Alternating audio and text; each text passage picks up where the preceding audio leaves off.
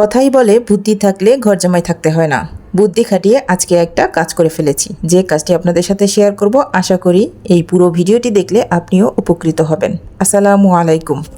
অনেকদিন ধরেই ভাবছি সোফায় একটা কভার দেব, কিন্তু সময়ের কারণে বাইরেও যেতে পারি না আর কভারও বানাতে দিতে পারি না। পরে ভাবলাম বাসায় একটা অক্ষত বিছানা চাদর রয়েছে, যেটার দুইটা বালিশের কভারই দুর্ভাগ্যবশত ছিঁড়ে গিয়েছে। বিছানা চাদরটা আমার যেহেতু অনেক পছন্দের এবং কালারটাও অনেক সুন্দর, তাই ভেবে নিলাম যে এই বিছানা চাদরটা দিয়েই সোফার কভারটা বানিয়ে ফেলি। যেই ভাবা সেই কাজ। বিছানার চাদরটা প্রথমে 2 ভাগ করে কেটে ফেলেছি, এরপরে চারো সাইড থেকে সেলাই করে নিয়েছি।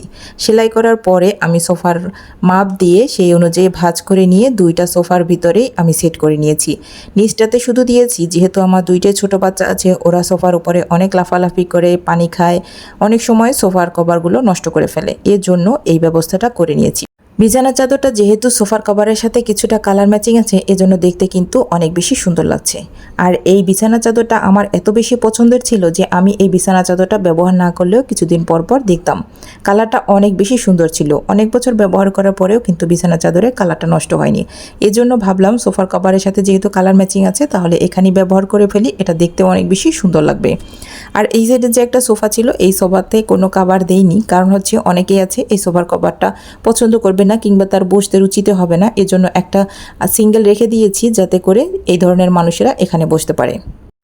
সোফায় এই কভারটা দেওয়ার পরে কিন্তু আমার রুমটা অনেক বেশি সুন্দর লাগছে, কারণ হচ্ছে এই কালারটা একটু লাইট ছিল, আর এর জন্য এই রুমটাতে যেহেতু আলো বাতাস একটু কম, এই সোফার কভারটা দেওয়ার কারণে রুমটা একটু আলোকিত মনে হচ্ছিল। আজ এখানেই বিদায় নিয়ে নেব, দেখা হবে নতুন কোনো ভিডিও নিয়ে। সে পর্যন্ত সবাই ভালো থাকবেন, সুস্থ থাকবেন। আল্লাহ হাফেজ। আসসালামু আলাইকুম।